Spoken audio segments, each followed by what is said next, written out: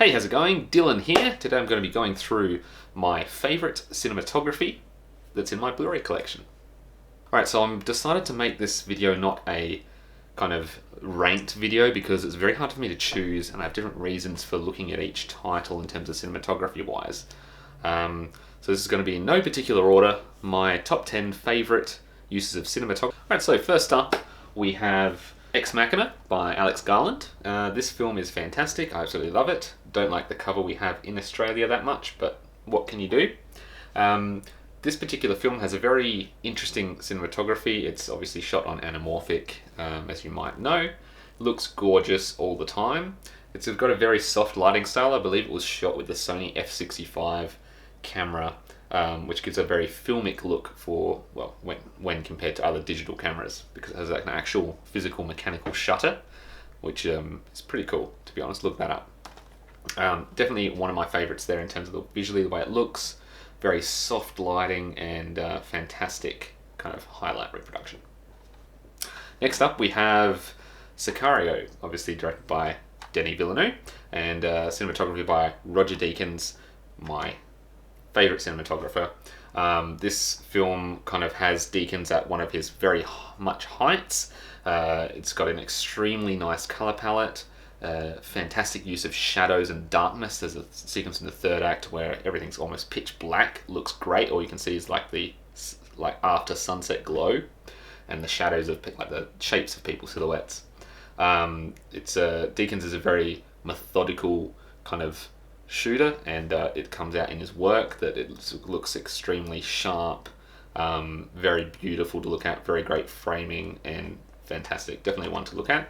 Next up we have another Villeneuve-Deakins collaboration. You might hear that collaboration a few more times in this video, which is Prisoners. It's one of my favourite Villeneuve films. It is a fantastic film, and Deakins' cinematography in this gives it such atmosphere for such a simple area.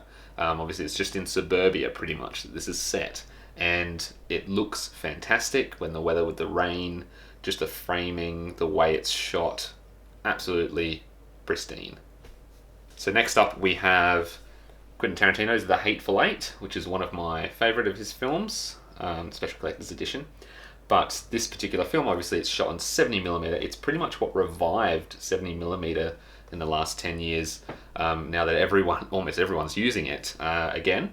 And Panavision rebuilt a bunch of the original Ultra Panavision 70 anamorphic lenses used back on like Lawrence of Arabia, Ben-Hur, etc. And it looks absolutely bloody phenomenal, this release. And framing wise, it's Tarantino's dream, because you get that ultra wide aspect ratio, I believe of 276 to 1. Yeah, 276 to 1. So it looks great. You get a massive amount of information in the frame, and it looks so interesting and amazing. Alright, so next up we have the original Blade Runner, obviously directed by Ridley Scott, and the cinematography by Jordan Cronenworth. Shot on beautiful old vintage anamorphics. Obviously it's shot a long time ago, so it's obviously vintage anamorphics, which really bring out the neon, all the rain. It just looks fantastic. The entire sequence, the Tears in the Rain sequence, looks utterly beautiful, and if you haven't seen this before, if you're a fan of good cinematography, this is one of the best. So next we have Only God Forgives, directed by Nicholas Winding Refn. This film has some of the most striking cinematography you will ever see in any film whatsoever. The use of lighting in this is phenomenal. Insanely neon colours and bright colours that you don't usually see used in film at all. And my god, it looks absolutely staggeringly beautiful, this film. Even if you don't like any ounce of the story, it is worth it to watch just simply because of how it looks. It is like an absolute delight to watch. And next we have another Nicholas Winding Refn film, which is The Neon Demon. One of my favourites. This film brings the stuff from Only God Forgives a little bit even further. And I believe the focus was that they took about 3 years to choose, 2 to 3 years to choose the right lenses. It's shot anamorphically, looks stunning. Now what they did with this is they actually used digital effects to actually touch up each scene as if it were a model shoot. And the resulting look looks amazing. It is incredibly crisp, and the lighting is so surreal. There's some great lighting sequences in a nightclub in this, and just an actually totally euphoric kind of experience. So next up we have A Cure for Wellness, directed by Gore Verbinski. This film has an incredibly interesting cinematography style. It uses a lot of wides, a wide close-ups even, which gives it a really unique look. It is incredibly sharp as well, very well resolved, not soft at all, and it gives a very, very interesting look. A lot of greens and blues in the color grading, but apart from that, it's quite a delight to watch. It's kind of sickly at times, obviously regarding the subject matter, but really worth it. We also have Rogue One, A Star Wars Story. I know. This one is absolutely my favorite looking Star Wars film. It's shot on the Alexa 65s, which is when they pretty much first came out. And they actually adapted the same Panavision lenses that Tarantino used on The Hateful Eight to the Alexa 65, because it's a large format camera.